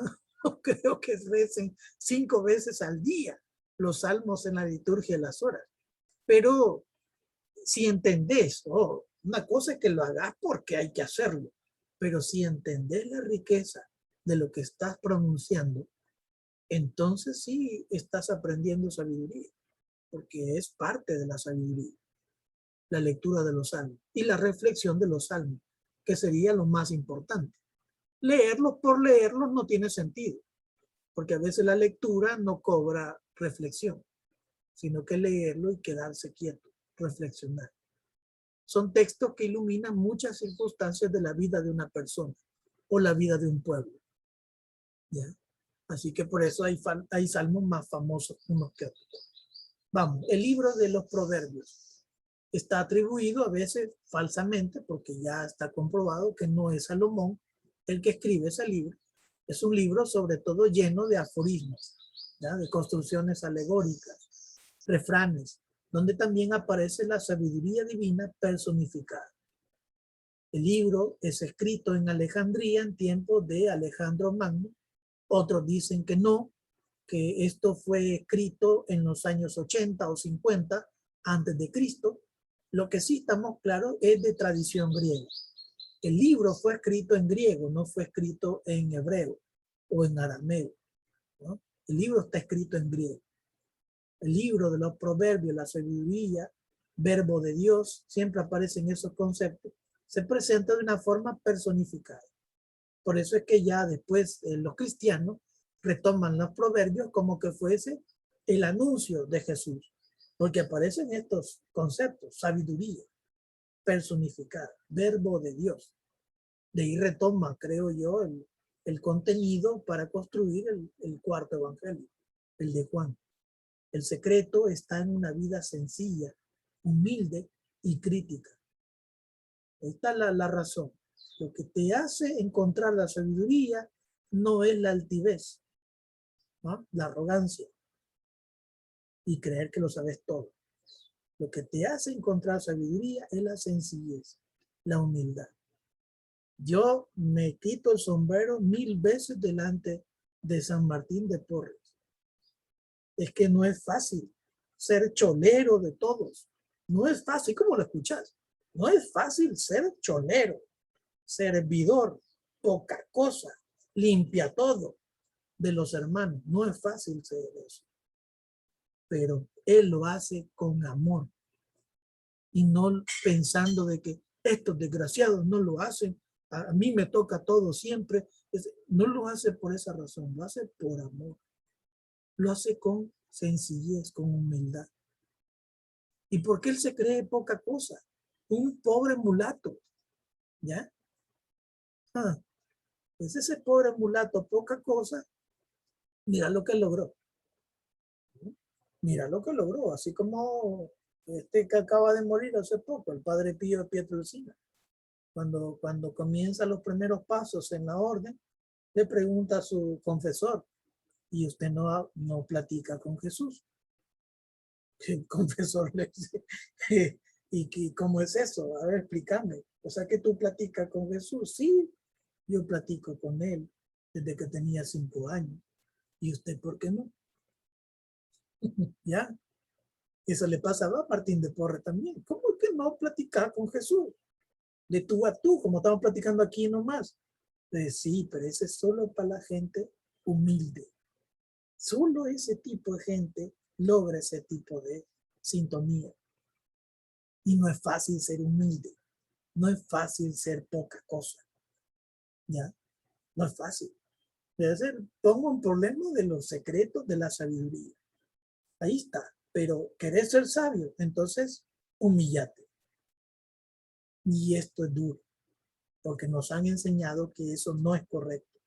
Humillarnos, ser humildes. ¿Ya? Otro libro sapiencial es el Eclesiastés, o a veces llamado por su construcción literaria Coelet. ¿Ya? Está escrito más o menos en el siglo III antes de Cristo. Es un libro compuesto por un solo personaje, ¿ya? Que se llama el maestro de la sabiduría. Ese tal maestro de la sabiduría puede ser un personaje ficticio, simplemente por recurso literario, o quizás realmente fue una persona que tenía una sabiduría extraordinaria, que emanaba de sus labios solo frases importantes, que había que anotarlas, ¿ya? Curiosamente que este maestro de la sabiduría aparece en las cuevas de Qumran, o sea que estaba con los esenios. O sea, estos libros de la sabiduría pasaron a los esenios. Los esenios son un grupo privilegiado, ¿va? Del tiempo de Jesús. Que algunos dicen que Juan el Bautista perteneció a los esenios, pero eso no está comprobado, ¿ya? Pero lo que sí está comprobado que es el mismo maestro de la sabiduría, tanto en el siglo III como en tiempo de Cristo. Ese tal famoso maestro de la sabiduría es importante y construyó un montón de proverbios. Por lo menos no se sabe si fue anónimo, otro escribió en nombre de él, o puede ser que realmente existió tal maestro y escribió estas cosas. Eso no lo sabemos. No hay recurso ahorita evidente, no científico, para afirmar una cosa u otra. ¿Qué hace este maestro? Hace visible lo que hay en este mundo. Lo que hay en este mundo no es suficiente para ser feliz. Ese es uno de los primeros elementos del libro de Eclesiastés. Todo lo de este mundo es poca cosa, es pasajero. En términos reales es cierto. Es cierto. Y para eso que tenés que entender es cierto, tenés que haber apreciado tener algo nuevo y perderlo. Para entender que todas las cosas son poca cosa. Todo lo material es poca cosa. Tenés una casa lujosa, viene un terremoto, te la acaba y te vas a construir una champa. Si has pasado por eso, creo que vas a ser un sabio y vas a entender que nada de lo material te hace feliz. Anuncia que habrá una retribución en la vida futura y va abriendo un poco la mente de la gente que existe una vida eterna, porque antes la cultura hebrea no entendía que existe la vida eterna. Bueno, en tiempo de Jesús, los saduceos se burlan de Jesús porque dice, yo voy a resucitar. ¿Ya? Se burlan. ¿Por qué? Porque no creen en la resurrección. Ni creen en la vida, ¿no? Después de la muerte. Ese es un tema interesante, ¿no? Eclesiastés. Cantar de los Cantares, siglo IV antes de Cristo. Más o menos fue escrito, ¿eh? Compuesto después del exilio. El exilio es por ahí por el 325, creo, más o menos. ¿Ya? La vuelta del exilio por el rey Ciro de Persa, ¿no? Él conquista Babilonia y es como la llegada de Dios, pues. Es decir, el rey Ciro se le ocurre una cosa que podríamos decir que es novedoso, y más que novedoso, se adelanta la historia, inclusive a nuestra historia. El rey Ciro es todo, ¿no? A él se le ocurre que no debe existir gente esclava, todos tienen que ser libres. Y todos tienen que tener libertad de culto, libertad de expresión y libertad de todo. ¿Ya? Todos somos iguales, negros, blancos, amarillos, prietos, lo que sea. Todos somos iguales. La misma dignidad poseemos todos.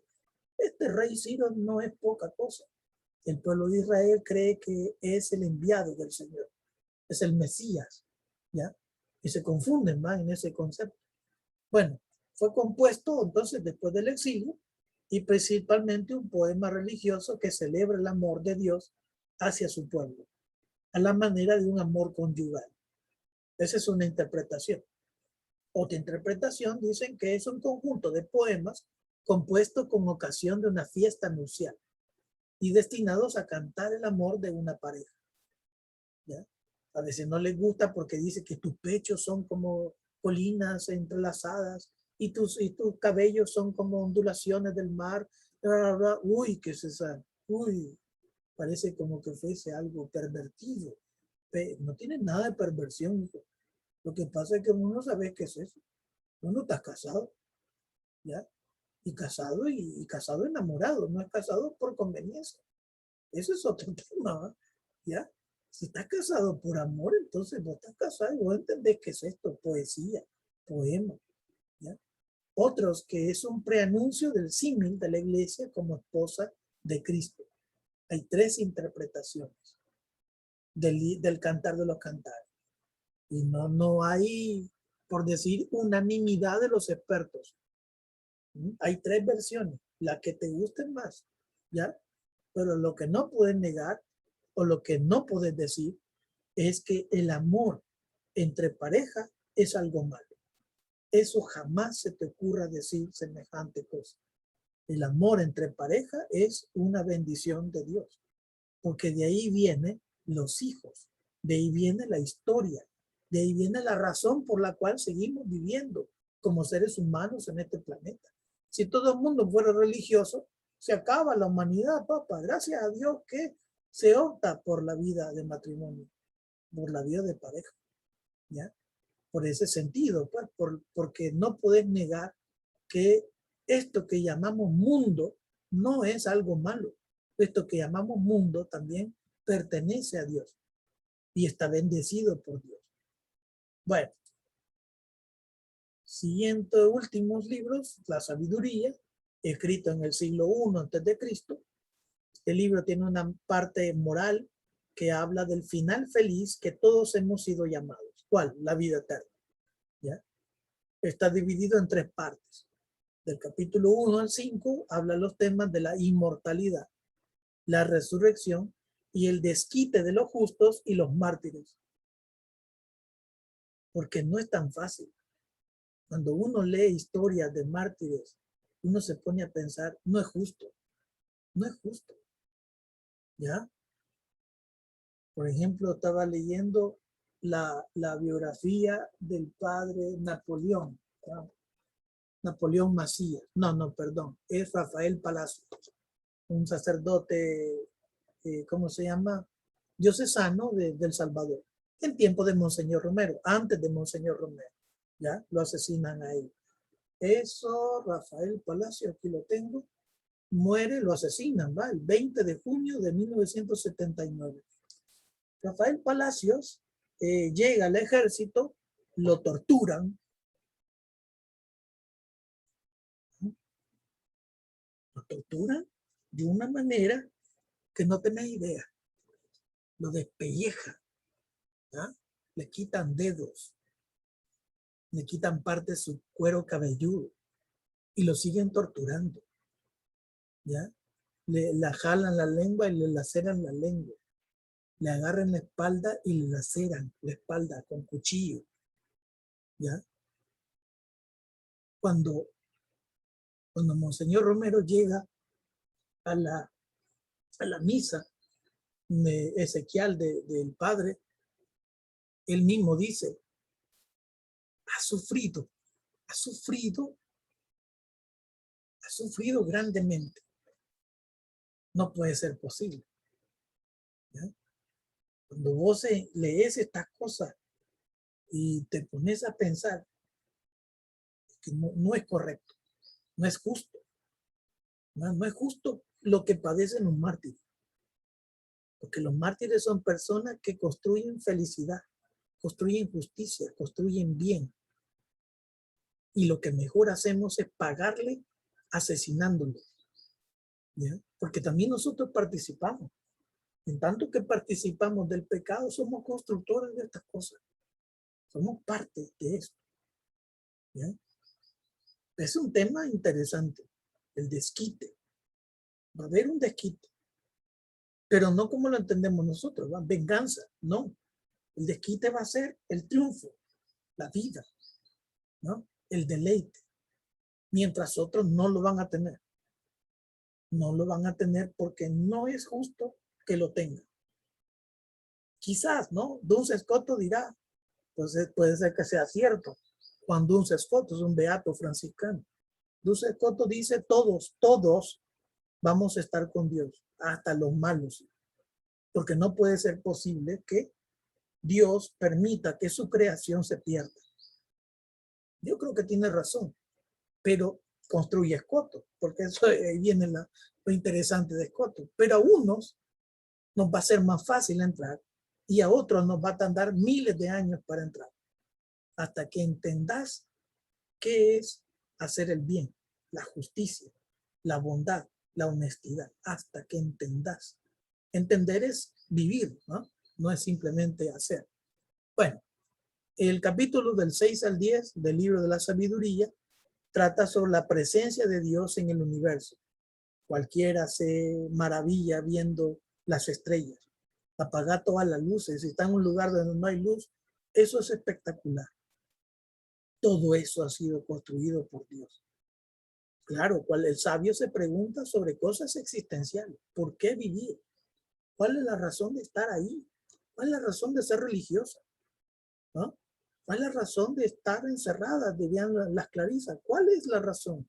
Tienen que encontrarle respuesta. Cuando encuentran respuesta a esto y la viven de una manera con amor, entonces tiene sentido su vida. Y no importa lo que digan nosotros, los eruditos, lo que quieran hablar. Ellos, los que viven felices con esa forma, son los que tienen la última palabra sobre las cosas. Capítulo 11 al 19. Dios hace justicia a su pueblo. Tarde o temprano. Tarda, sí, pero tarda no porque Él no quiera. Tarda porque cuesta que evolucionen los pueblos, ¿no? Evolucionen las culturas. El último libro, el Eclesiástico, escrito por una persona concreta que se llama Ben Sira, es el hijo Joshua o Jesús. Jesús, hijo de Sira, es un personaje histórico, ¿no? Es un tipo de pisto, ¿ya? Que llega a adquirir sabiduría. Y es el que va a construir el libro. A este sí tienen autor, ¿no? Concreto. Se llama Ben Sira. Está en el siglo II a.C. Y lo que pide fundamentalmente es vivir la virtud, despreciando todos los vicios. Este es el camino para alcanzar la sabiduría. Algunos dicen que chambre, ¿va? Cuando digo chambre es como decir la tradición oral. La tradición oral del tiempo de Jesús parece ser que Jesús ha leído este libro, el Eclesiástico, y va a ser su base para poder construir su persona. Pues eso es interesante. Entonces el eclesiástico te sirve para el primer paso, la vida personal. ¿Ya? La metodología es variada, pero se reduce a 3 cosas: la renuncia, el justo medio o la iluminación divina. Vos podés hacer las cosas porque lo renunciás. ¿Ya? Es una palabra quizás no muy adecuada. Cuando decís renuncia, estás colocando un elemento negativo. No a esto. ¿No? Como el que quiere hacer dieta y dice, no voy a comer grasa, voy a comer verdura y frutas. Pero no estás acostumbrado a comer eso, hijo. Y una vez que pasa 1 o 2 días, pues estás angustiado, hijo. Vos querés un pedacito de pollito, un pedacito de carne, otra cosita más sustantiva, digo, que te dé fuerza. ¿No? Cuesta. La renuncia cuesta. ¿Por qué? Porque le colocas un elemento negativo, el no. El otro método es el justo medio. Ni tanta carne, ni tanta verdura. Poquito de cada cosa. Poquito. Aristóteles iba por ahí, el justo medio.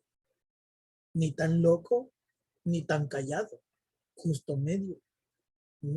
Ni tan pecador, ni tan santo. ¿No? Justo medio. Una persona equilibrada. Iluminación divina. Es el otro método. Eso es para pocas personas. Francisco de Asís, por ejemplo. ¿Ya? Es para pocas personas. Y no te encachimbe con Dios.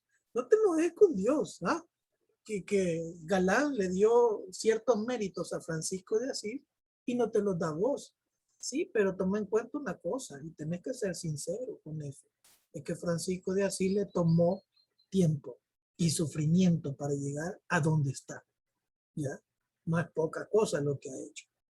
Y no es fácil renunciar, ¿no? Y vivir en la desgracia después de vivir bien. No es fácil esto. ¿Ya? Bueno, Dios le tocó y le dio iluminación a él y no a nosotros, a él.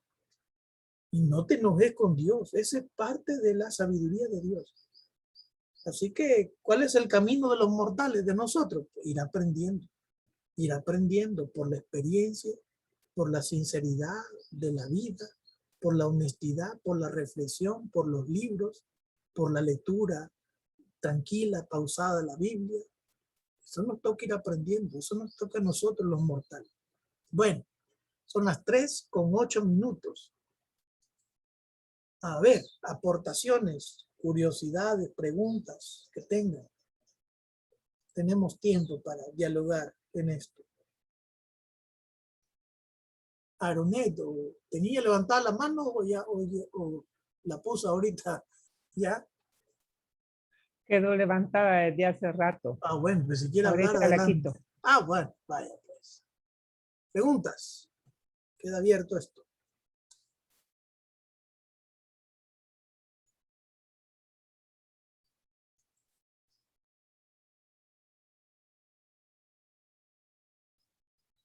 ¿Por qué dice la Biblia que Dios creó a todos buenos?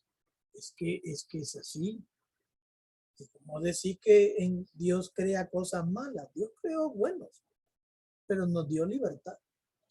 Y en la libertad pues hacemos lo que nos da la gana, chicos. Sí, así es. Lo que nos da la gana. Y cuando decimos lo que nos da la gana es lo que nos da la gana. Hasta las cosas más locas. Las pensamos, las hacemos. A pesar de que tengamos un montón de discurso intelectual acá en la cabeza. Pero las cosas locas siempre aparecen. Y terminamos haciendo lo que no queremos hacer. Eso lo dice Pablo en su experiencia. Hago lo que no debo hacer y dejo de hacer lo que tengo que hacer. Eso es así. Eso es un ser humano. No se aflija.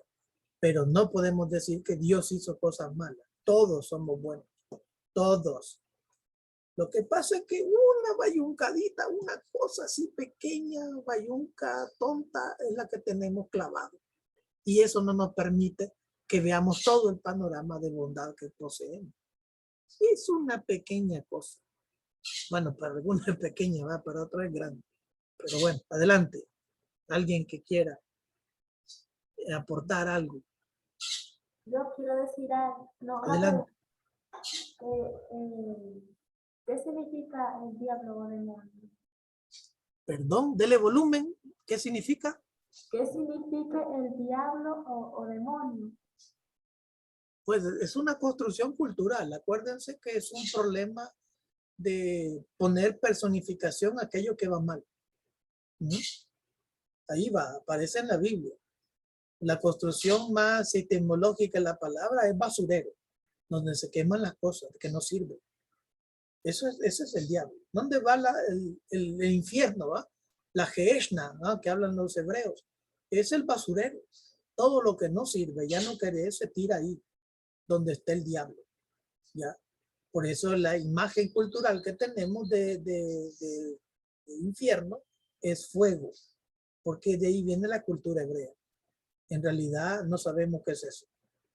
Ahora, aquí viene un tema que eso sería para otro tema, para unas 4 horas para pensar y reflexionar.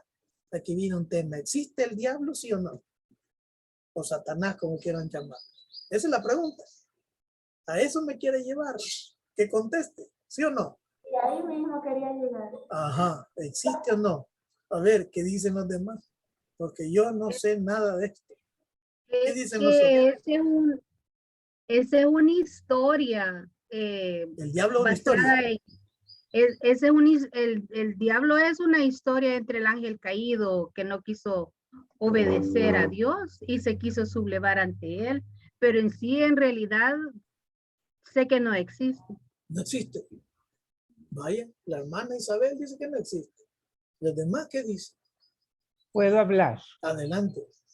Bueno, yo iba a hacer un poco reflexionar sobre lo que se ha hablado, pero retomando esto otro, sí existe el diablo, si Jesucristo lo dice en el Evangelio.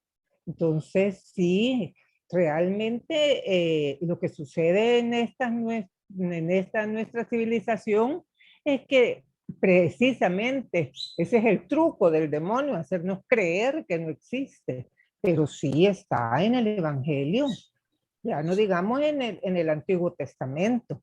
Entonces yo personalmente creo que sí, que existe, y uno de sus trucos es precisamente hacernos creer que no existe. Pero hablando sobre el otro tema que se ha planteado acá en esta conferencia, no sé si puedo pasar a ello. Sí, claro, claro. Creo, me quedo con la siguiente reflexión, que el Dios Padre colocó en los corazones de los sabios anteriores a los patriarcas todos esos pensamientos sobre la sabiduría que permearon precisamente en el corazón de los hebreos y que fueron dándole forma a todos estos libros que nosotros hemos heredado. Entonces, para mí es todo una diosedad que nos va transmitiendo y que va llegando hasta nosotros, y que, por cierto, ahí aparece la existencia del maligno. Gracias. Gracias, muy amable con su aporte. A ver, Gabriela, adelante. Sí, bien. Yo considero, digamos, con la cuestión del diablo, que es un tema así, como decía usted, bien, no podemos ahorita decir en unos minutos lo que llevaría a estudio, para comprender también el contexto de los textos, ¿no? El mal existe. Personificado el diablo, yo tampoco considero que exista, porque personificar es también a veces echarle la culpa a alguien, y yo, pobre, soy víctima del demonio. Entonces, por eso creo que esto es un tema que necesita profundizarse, sí. Y me parece bueno, digamos, el hecho de que estemos también a la par del estudio franciscano, hacer este estudio bíblico para ir comprendiendo los textos y poder, digamos, sacarle el sentido que tiene, para no tomarlo literalmente.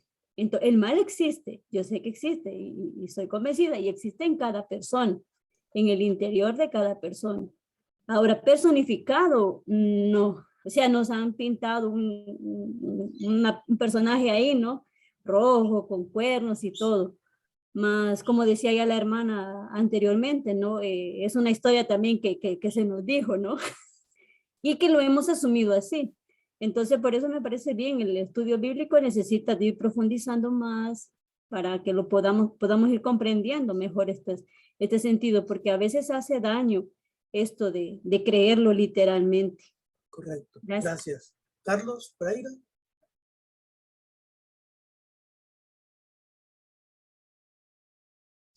A ver, Carlos, ¿tenés levantada la mano? Daniel Ortega, ¿te permite hablar, sí o no? Sí, así bien. Así bien. Así bien. ¿Me escuchan? Entrecortado es la señal, pero adelante. Así bien, ¿me escuchan? Sí. Sí. Con respecto a lo que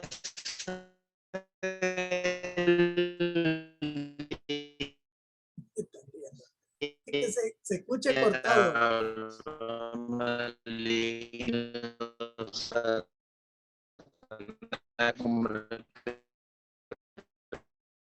Va, imagínate, alguien dice, no habla el hermano porque el diablo permite que no hable. No, es la Sí, señal de internet, sí. hermano. Es la señal de La internet. Escritura lo habla. Lo que pasa es que si me chanqueo, sí. No te escucho. Ok.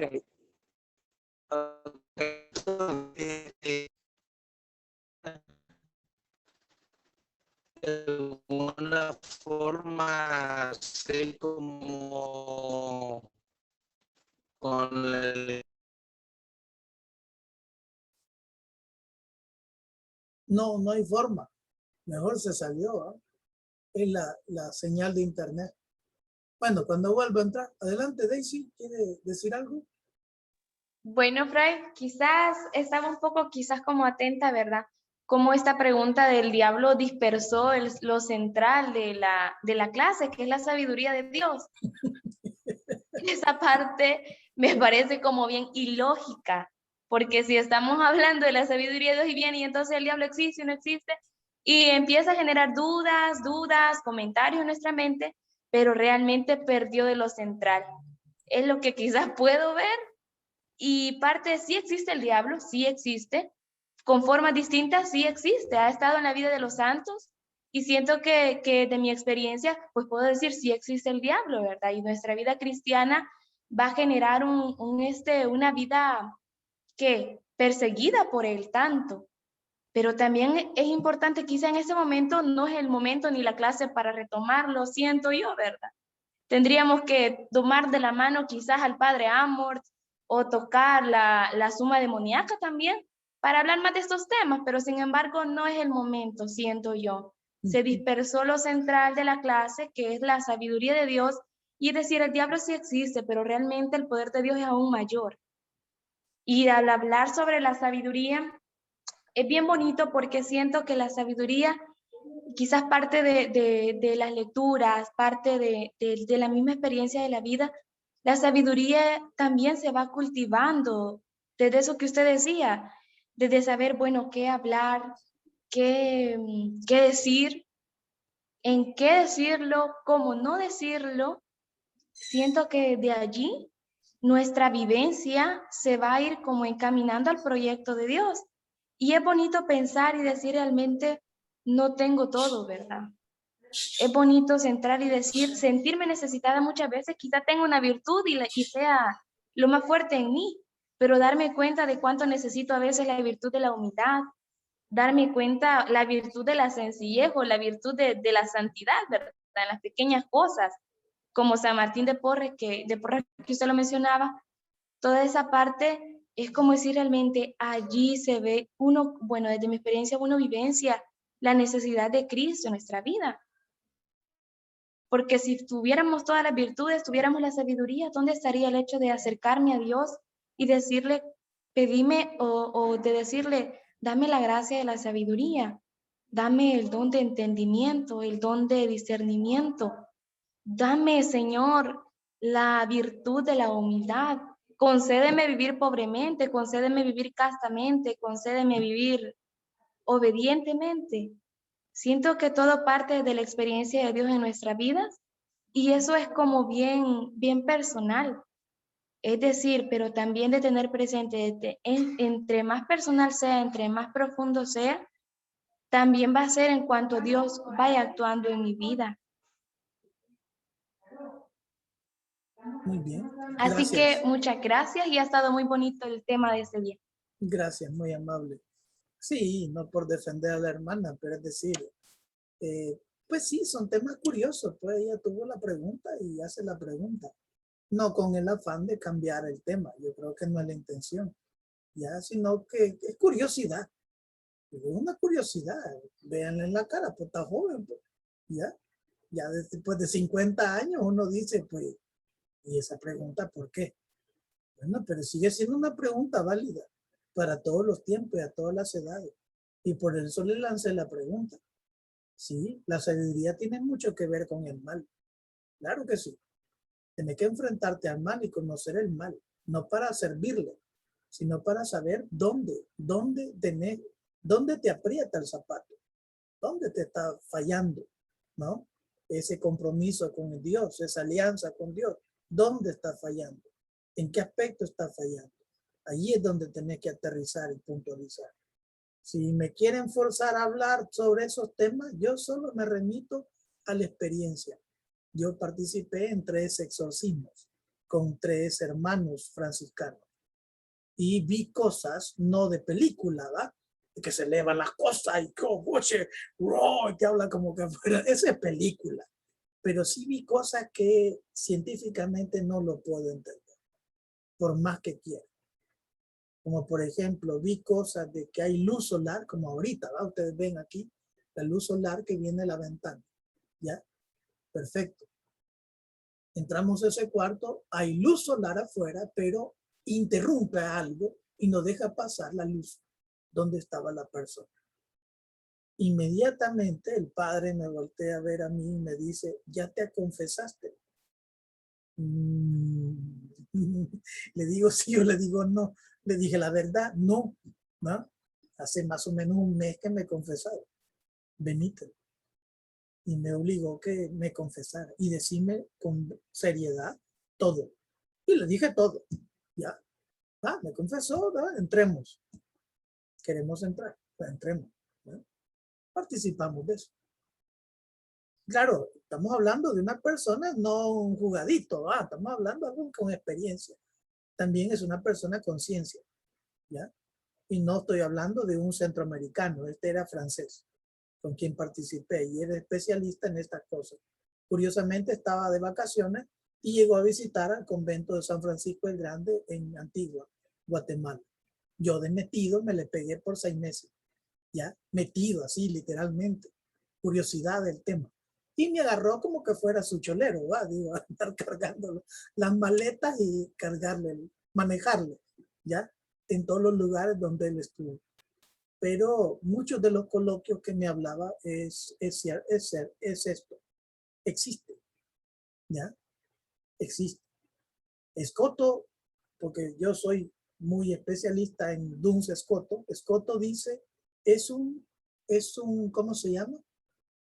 Es un ser antiguo, pero es un ser humano, antiguo. Esa es la posición de Escoto, Juan Duns Escoto. Pero es malo. Con él no puedes negociar. Con él no es amistad. Con él no hay peros. ¿Va? Él quiere la destrucción de tu vida, de tu persona, a rajatabla, hasta donde pueda llegar. ¿No? Hasta donde pueda llegar. Pero ojo, aquí viene lo que dice la hermana Daisy. Yo le permito llegar donde él quiere. Yo soy el que decido. En el momento que decida, no te permito, se acabó, no es esto lo que quiero. Automáticamente no hay ningún problema. No hay ningún problema. ¿Ya? Y uno sigue trabajando lo que debe trabajar, no clavarse en el miedo si existe o no, si está con vos o no, si te va a aparecer. ¿Va? No te alejas. Si alguna vez se te aparece, casi como tener con certeza que está llegando a un nivel de santidad bastante elevado. Si es que se te aparece, ¿no?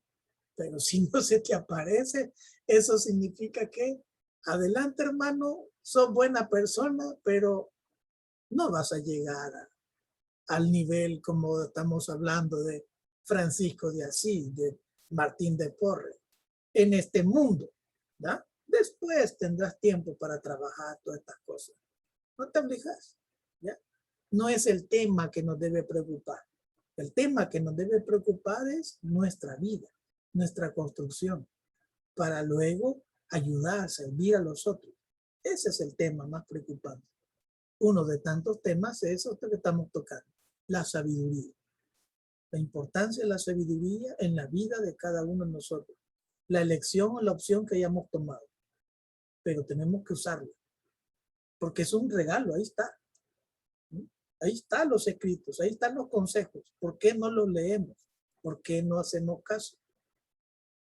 En el haciendo caso, entonces aparece la iluminación. Lo que San Buenaventura dice, ¿no? La forma como Dios escoge el intelecto humano para ofrecerle sus ideas. Pero eso es si vos lo pedís también. No es cuestión, y si Él quiere también. Pero bueno, no sé, una última aportación. Así bien, hermano. Así bien. Pienso de que Dios es la sabiduría por excelencia. Como decía, hay diferentes clases de sabiduría. Saber del estudio y saber también sabiduría que viene de Dios.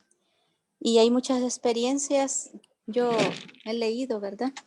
Las experiencias que han vivido muchos santos que se han dejado llevar por esa sabiduría de Dios. Es una sabiduría que, digamos, humanamente no se puede entender así, ¿verdad? Así fácilmente, sino es cosa más profunda, ¿verdad? Que solo viene de Dios. Y también he tenido la experiencia de personas sencillas, campesinos, que esas personas no están estudiadas, pero me han enseñado mucho de la experiencia y de esa sabiduría que se han dejado como llevar de Dios, ¿verdad? Llenar. Pienso de que es importante que a la medida que nos dejemos como llenar del Espíritu, ¿verdad? El Espíritu, ya vemos que están hablando de dos espíritus, ¿verdad? El Espíritu el Espíritu de Dios, la sabiduría de Dios y el espíritu que es el mal espíritu, es el demonio, ¿verdad? Pero sabemos de que la sabiduría de Dios la podemos ir adquiriendo a la medida que nos vayamos acercando más, ¿verdad?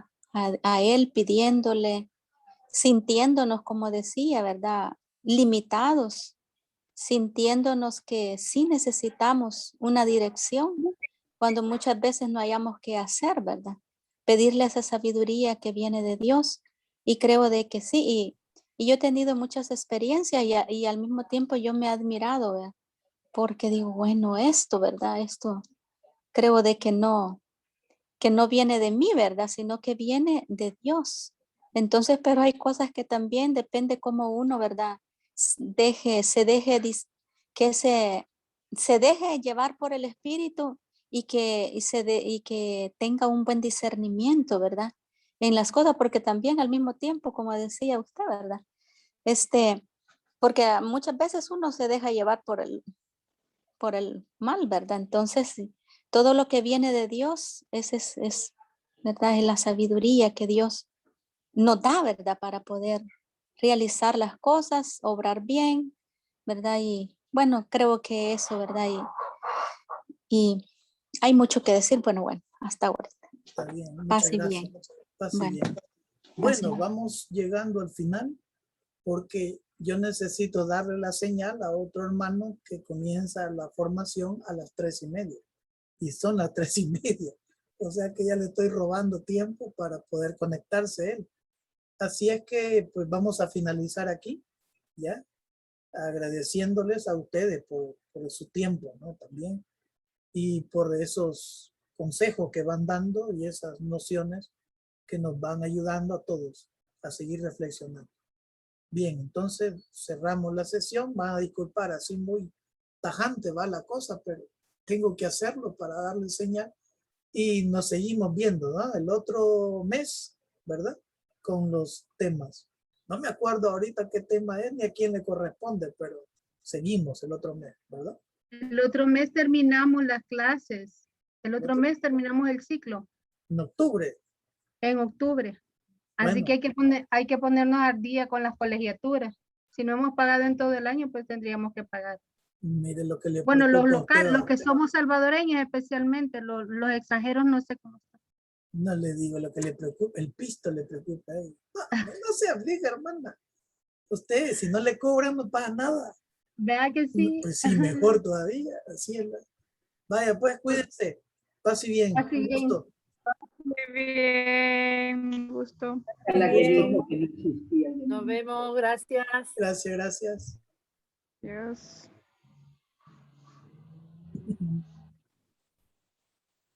Bye bye, Carmencita y Margarita. Pase bien, hermanos. Dios les Pase bien. bendiga. Gracias. Adiós. Pase Gracias por todo, por la adiós. Pase bien, adiós. por- Adiós. Gracias. Adiós. Muchas gracias, Fray. Un gusto. Nos vemos. Cuídense.